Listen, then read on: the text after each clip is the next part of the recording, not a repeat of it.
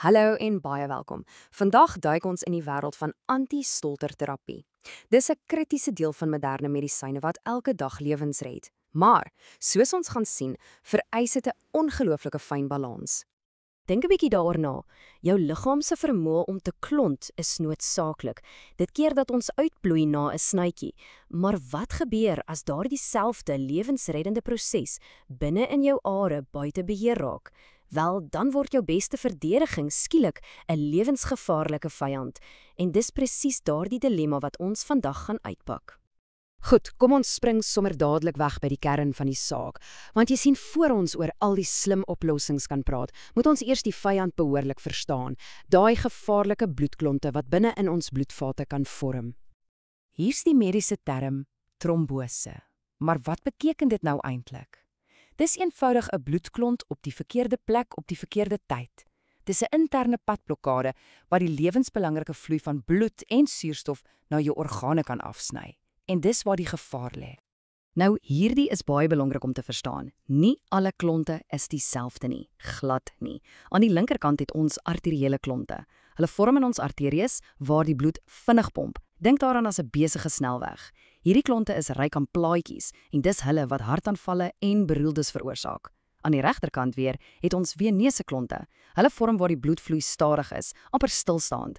Hierdie klonte is ryk aan 'n ander stof genaamd fibrien en hulle kan losbreek na die longe reis en 'n dodelike pulmonale embolisme veroorsaak. So twee verskillende soorte klonte wat op twee heeltemal verskillende maniere gevaarlik is. So, met hierdie gevaar in gedagte, hoe het ons as mense begin terugveg? Kom ons gaan 'n bietjie terug in tyd en kyk na die heel eerste generasie medisyne, die oorspronklike middels wat alles kom verander het. Jep, jy het dit reg gehoor. Dis nogal 'n storie. Die ontdekking van warfarien, ons eerste groot pilletjie teen klonte, was 'n totale ongeluk. Dit het alles begin met beeste wat doodgebloei het nadat hulle bedorwe soetklawer gevreet het. Wetenskappers het die skuldige molekuul geïsoleer en, wel, aanvanklik het hulle dit as 'n baie effektiewe rottegif bemark. Dis nou 'n nederige begin vir 'n medikasie dat miljoene lewens sou red, né? So, hoe werk warfarien? Wel, dit blokkeer Vitamien K, wat 'n noodsaaklike bestanddeel is vir jou liggaam om stollingsfaktore te maak. Maar hier's die ding, die effek is stadig en regtig onvoorspelbaar. Dit beteken pasiënte moet konstant bloedtoetse doen, daai bekende INR-toetse, net om seker te maak hulle is in die regte veilige sone. Te veel warfarien en jy bloei maklik, te min en jy klont steeds. Dit was 'n daaglikse balanseertoertjie wat beïnvloed is deur wat jy eet, jou gene en watter ander medikasie jy gebruik. Goed, so terwyl warfarien die stadige, bestende opsie was heparin die blitsvinnige noodreaksiespan. Dis 'n inspuiting wat amper onmiddellik werk. Dit gee basies 'n superboost aan 'n natuurlike antiklontproteïen wat reeds in ons bloed is. Heparin is die een wat dokters in die hospitaal gebruik as hulle dadelike effek nodig het. Maar die oorspronklike heparine was ver van perfek. Soos jy hier kan sien, was die grootste probleem dat die effek daarvan wild onvoorspelbaar was. Hoekom? Wel, dit was nie maatjieskeurig nie. Dit het aan allerhande ander goed in die bloed vasgebind, nie net aan sy teiken nie. Dit het beteken, dieselfde dosis kon een persoon gevaarlik dun maak, terwyl dit by 'n ander skaars gewerk het. Dit het konstante, fyn monitoring in die hospitaal vereis. So, die probleme met warfarien en die klassieke heparin het die deur waawyd oopgemaak vir innovasie. Dit het die weg gebaan vir 'n volgende hoofstuk in ons storie. En dis waar ons sien hoe die wetenskap hierdie uitdagings direk aangepak het. Die eerste regte groot deurbraak was hierdie: lae-molekulêre gewig heparine, of sommer LMWH. Deur die oorspronklike heparine molekule basies op te kap in kleiner, meer eenvormige stukkies, het wetenskaplikes 'n middel geskep wat oneindig meer voorspelbaar was. En dit was 'n revolusie. Skielik kon pasiënte hulle self tuis inspuit, 1 of 2 keer per dag, sonder daai konstante behoefte aan bloedtoetse. Dit was 'n reuse sprong vorentoe vir gerief en vir veiligheid. En toe kom die ware spelwisselaar, die direkte orale antistolmiddels, of DOACs. Kyk net 'n bietjie na hierdie vergelyking. Dis ongelooflik. Waar warfarine dae geneem het om in te skop, werk DOACs binne ure. Waar warfarine 'n wisselvallige dosis en konstante toetse vereis het, het DOACs 'n vaste, eenvormige dosis en het geen roetine monitoring nodig nie.